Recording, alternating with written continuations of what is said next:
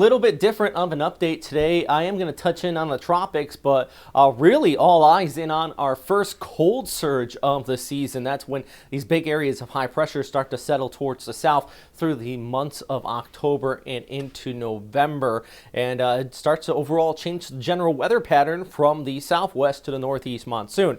Get to that in a second, though. We are still talking about the tropics just a bit here, and that is still Kompasu. It has been dropped by the Japan Meteorology Agency even prior to coming on shore as a tropical storm, and actually just completely weakened out here. Some dry air just got into it, and boy, oh boy, that storm system is for sure no more. Meanwhile, on the backside of it, we had one of those feeder bands wrapping into it, and that actually is bringing more rainfall than what Kompasu was in its final hours here across Luzon. Still got some scattered showers as we go ahead into your Saturday, but the good news, it is going to start to taper off as this overall wave tracks towards the west.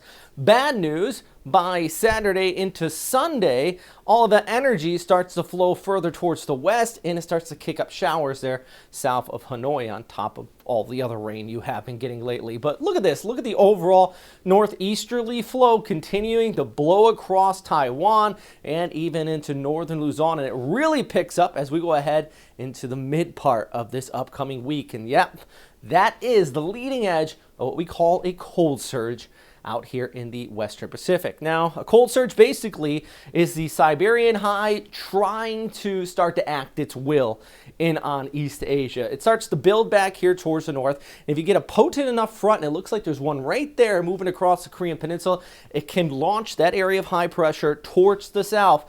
And once it does that, the pressure gradient really behind this cold front here starts to interact with the tropics. It starts to tighten, and across the East China Sea down through the Luzon Strait, the Taiwan Strait, that gradient really kicks up. It creates gusty northerly winds. We're talking about large waves all across the southern Japanese islands. Yeah, in Okinawa, you're going to have some rough surf out there as we go ahead through Sunday and into Monday, and eventually back towards northern Luzon as well. Now remember, this is one of the first ones of the season. So I mentioned this photo on my Facebook page, and everybody was like, oh, the Amihan's already here. It's the northeast monsoon. It's not a one-off switch. Everything's changed. This is kind of the northeast monsoon looking in the door or knocking on the front door. It's not inside yet. It hasn't set up camp. It's not drinking coffee in your kitchen or anything like that, but it wants in. And that's really that first sign of the monsoon right here with that surge. One other thing is this storm system and that cooler air also blowing in across Japan. Even some of the higher elevations, we're looking at some snowfall as we go ahead through the weekend, especially in central Honshu and out there towards the mountains of Hokkaido. But you can see the leading edge of that right there, and maybe even a little bit of a shear line by Monday into Tuesday. That was a term I helped coin last year. I know Spagasa started using the term shear line. It's a line of shear, and usually ends up with the leading edge of the monsoon right in here. And there's a look actually at snowfall. You can see here about 5 to 10 centimeters out there in central Hokkaido. Some of the areas, probably Saikawa, probably going to be seeing a little bit of snowfall there. And I think in the mountains of Nagano as well, and Niigata, a little bit of snow in some of the higher elevations. Nothing to go skiing with or anything like that, but, you know, signs that the seasons are for sure changing. I'm meteorologist Robert Spetta. If you have any questions or anything like that, please let me know. Let's quickly, though, go through the local forecast out here. Manila at 30, Cebu at 32 degrees, Davao at 32 as well. As we do our little flyover here for Friday, you got 28 out there in Tacloban, Cebu at 28 on top of that. Go a little bit further towards the north, Legazpi at 30, got some showers out there.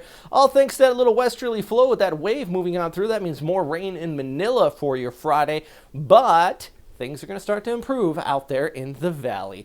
Last thing you need is more rainfall across Region 1. Of course, Baguio, 23 degrees. Nice autumn temperature there. My goodness, that is one of the coolest spots on the map here in the Philippines. The problem is that they got well over 600 millimeters of rainfall in a 24-hour period this past weekend due to Tropical Storm Maring, Kompasu. Two names with these type of storms. Anyways, that is all for today. Hey, guys. A few new people have been jumping on board here with our Patreon program. I gotta add their names to this. I keep on forgetting. I wrote them all personal messages and said thank you. I really can't thank you guys enough. Everybody who has been helping support this channel. It blows my mind that there's such enough support. I think there's about 60 patrons right now on Patreon, donating from $2 to $10 a month. I'm happy that these videos are helping so many people out. So with that said, though, know your official information through those official sources, of course. If you have any questions or anything like that, let me know. Stay safe out there.